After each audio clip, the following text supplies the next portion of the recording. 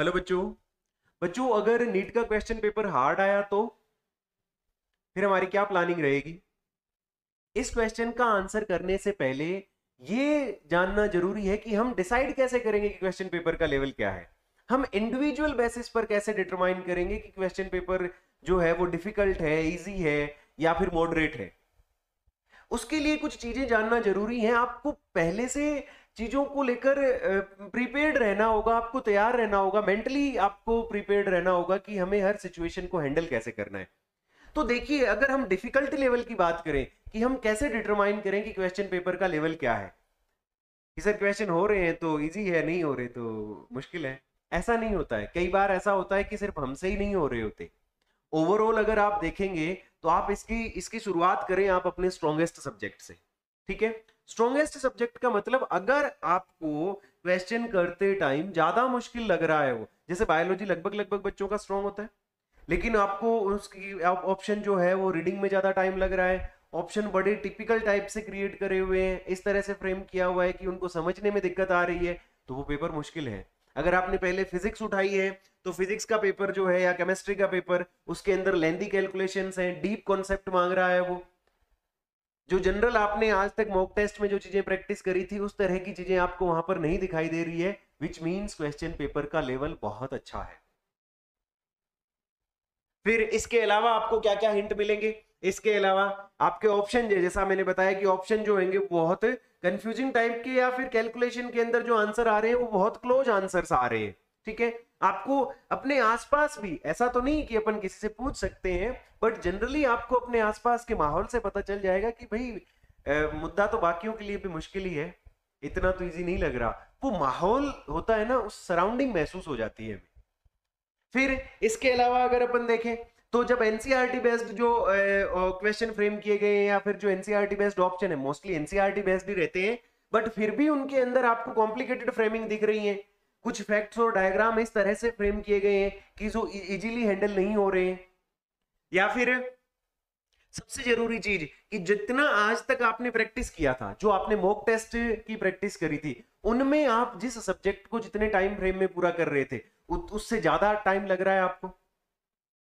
चाहे आप physics solve कर रहे हो, केमिस्ट्री सॉल्व कर रहे हो, बायोलॉजी, एक चीज तो क्लियर है कि बच्चों तीनों के तीनों सब्जेक्ट हार्ड नहीं होंगे। अगर हम डिफिकल्टी लेवल के पॉइंट ऑफ व्यू से बात करें तो कोई एक सब्जेक्ट जो होगा वो मुश्किल होगा, एक मॉडरेट होगा, एक इजी होगा। लेकिन इसका आइडिया हमें लग जाएगा कि कौन सा सब्जेक्ट हार्ड है, कौन सा सब्जेक्ट डिफिकल्ट है, तो उसमें हमें टाइम ज्यादा लग रहा होगा, कैलकुलेशन जो है वो टाइम टेकिंग हो रही होगी। लेंदी और डिफिकल्ट में भी फर्क है। अगर कैलकुलेशन ज्यादा है लेकिन आंसर आ रहा है, टाइम टेकिंग है बट आंसर आ रहा है, तो वो पेपर लेंदी है। बट अगर आंसर भी नहीं आ रहे हैं तो वो पेपर मुश्किल भी है।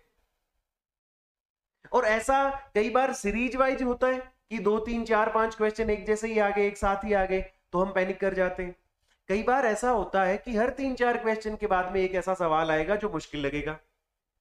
अबाउट आपने 15 to 20 क्वेश्चन सॉल्व किए, उसमें 5 क्वेश्चन ऐसे थे जो आपसे सॉल्व नहीं हुए, मींस उस पेपर का लेवल अच्छा है। ऐसे क्वेश्चंस के लिए हमारी क्या प्लानिंग होनी चाहिए, वो सबसे जरूरी है। क्यों ऐसे क्वेश्चन को बच्चों उस टाइम के लिए स्किप करें, क्योंकि अगर आपने साल भर अच्छी मेहनत करी है, आपकी प्रिपरेशन बहुत अच्छी है, तो आप मानकर चले, आप डेफिनेटली ये माने कि बाकियों से भी वो क्वेश्चन सॉल्व नहीं हो रहे। ऐसा नहीं है कि सिर्फ आपसे ही नहीं हो रहे, क्योंकि जो जिस लेवल का आप पढ़कर आए हो ना, उसी लेवल का बाकी पढ़कर आए हैं। जिस तरह के मॉक टेस्ट और जिस तरह के क्वेश्चन आपने प्रैक्टिस करे हैं, जो गाइड्स आपने सॉल्व करी हैं, बाकियों ने भी वही किया। सिलेबस तो सबका एक ही है ना। तो फिर ऐसा नहीं हो सकता कि वो क्वेश्चन सिर्फ आपसे ही सॉल्व नहीं हो रहे, बाकी तो उनको फटाफट करते जा रहे हैं।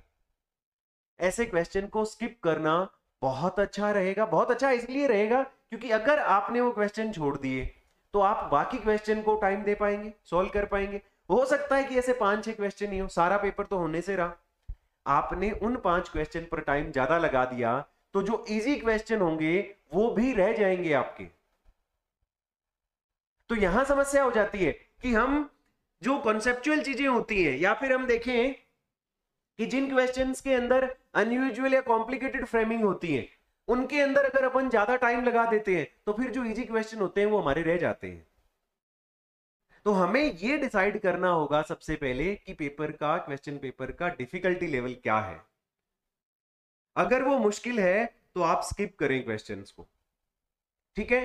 फिर उन क्वेश्चंस के लिए टाइम मैनेजमेंट भी होना चाहिए आपके पास में, लास्ट में टाइम बचना भी चाहिए, क्योंकि इजी इजी आपने सॉल्व कर लिए, लेकिन लास्ट में टाइम तो बचे ना अपने पास में कि हम उन क्वेश्चन को एक बार रीअटेम्प्ट करें।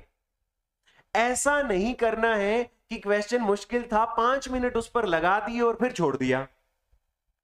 हालांकि फिर भी छोड़ना बेटर है, बट 5 मिनट लगाकर नहीं।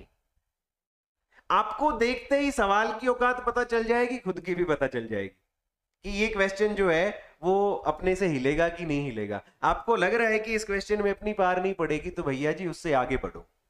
लेकिन यहां पर कॉन्फिडेंस जो है वो हिलना नहीं चाहिए, क्योंकि आपको पहले से पता होना चाहिए कि ऐसे क्वेश्चन पेपर में होंगे, मुझे ऐसे क्वेश्चन हैंडल करने हैं। मैं ये प्लानिंग करके आया हूं कि अगर कोई क्वेश्चन मुश्किल लगे मुझे, भले ही वो 3-4 क्वेश्चन सीरीज वाइज मुश्किल लगे हों, लेकिन फिर भी मुझे नेक्स्ट क्वेश्चन पर बढ़ना है आगे। सारे सवाल ऐसे नहीं होंगे। अगर आप वहां पर अटक गए तो आपके पास टाइम कम बचेगा। वो 180 मिनट्स जिस बच्चे ने बहुत बेहतर तरीके से मैनेज कर लिए, वो बच्चा आगे निकल जाएगा।